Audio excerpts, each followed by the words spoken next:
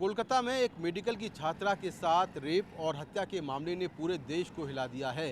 आखिर अब तक इस मामले में क्या क्या हुआ है और सीबीआई की जांच कहां तक पहुंची है। दरअसल ये मामला 8 और 9 अगस्त की रात का है, जब एक मेडिकल छात्रा रात में वहां पर ड्यूटी कर रही थी और रात 12 बजे उसने अपने 4 डॉक्टर दोस्तों के साथ खाना खाया। ये खाना ऑनलाइन डिलीवरी के जरिए मंगवाया गया था। इसके बाद देर रात छात्रा अस्पताल की चौथी मंजिल पर बने सेमिनार हॉल में सोने चली गई, लेकिन छात्रा का शव सुबह तड़के सेमिनार हॉल से बरामद किया गया।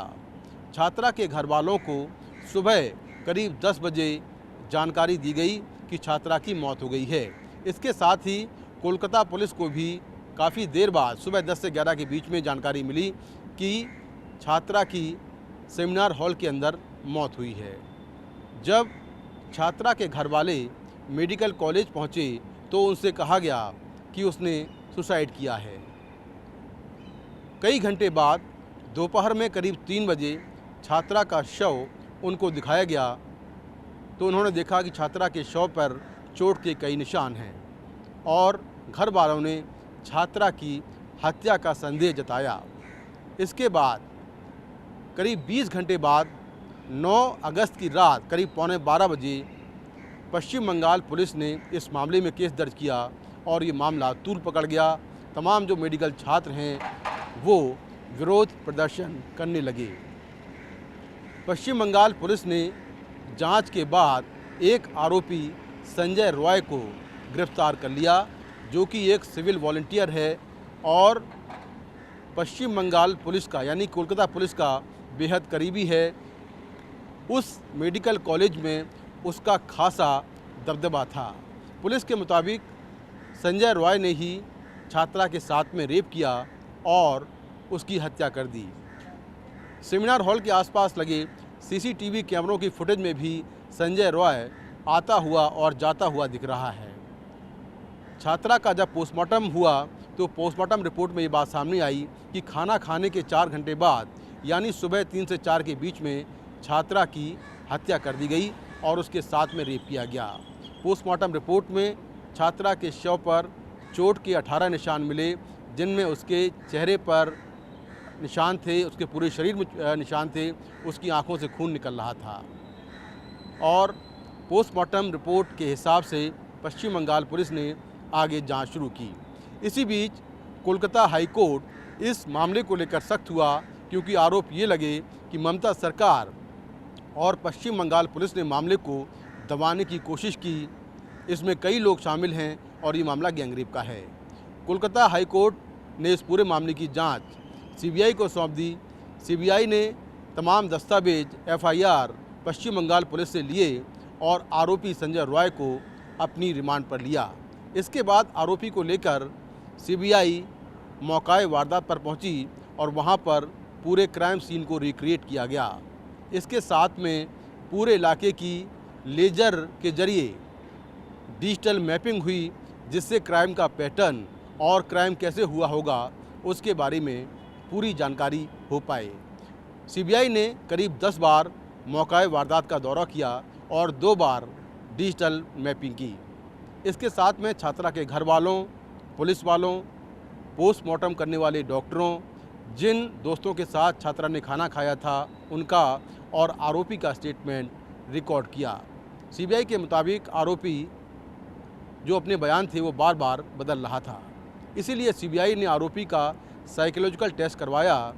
साइकोलॉजिकल टेस्ट एक तरह की मनोवैज्ञानिक ऑटोप्सी है, यानी कि मनोवैज्ञानिक पोस्टमार्टम है, जिसमें सवालों की एक लंबी फहरिस्त तैयार होती है।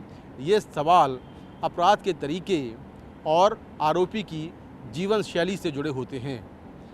इस पूरी साइकोलॉजिकल ऑटोप्सी की ऑडियो रिकॉर्डिंग होती है और फिर इस ऑडियो रिकॉर्डिंग को एक ख़ास तरह के वॉइस एनालिसिस जो मशीन होती है उसमें डालते हैं, जिससे ये मालूम चलता है कि आरोपी क्या झूठ बोल रहा है।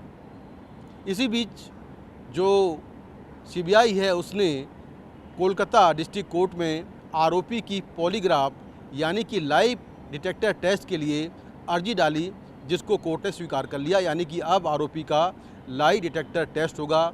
लाई डिटेक्टर टेस्ट में आरोपी को एक ख़ास तरह की मशीन में बिठाते हैं जिसमें सेंसर लगे होते हैं और वहाँ भी आरोपी से वारदात के बारे में सवाल एक्सपर्ट पूछते हैं।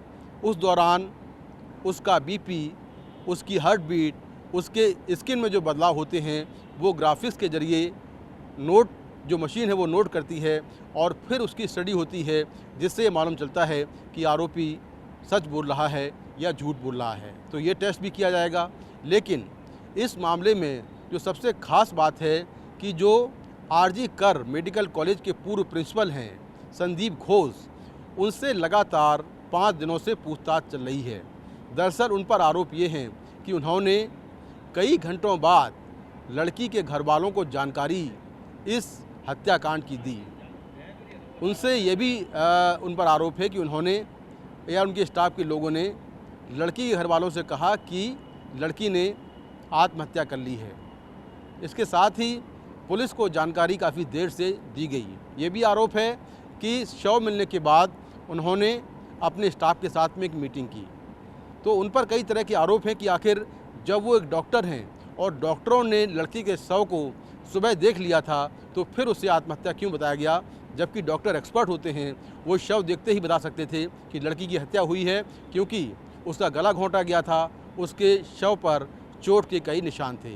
तो संदीप घोष जो है जांच के दायरे में हैं, उनसे लगातार पूछताछ चल रही है और सीबीआई जानना चाहती है कि आखिर उन्होंने इस पूरे मामले में कई जो फैक्ट्स थे, कई जो तथ्य हैं, उनको क्यों छुपाया, आखिर घर वालों से झूठ क्यों बोला और मामले को छिपाने की कोशिश क्यों की।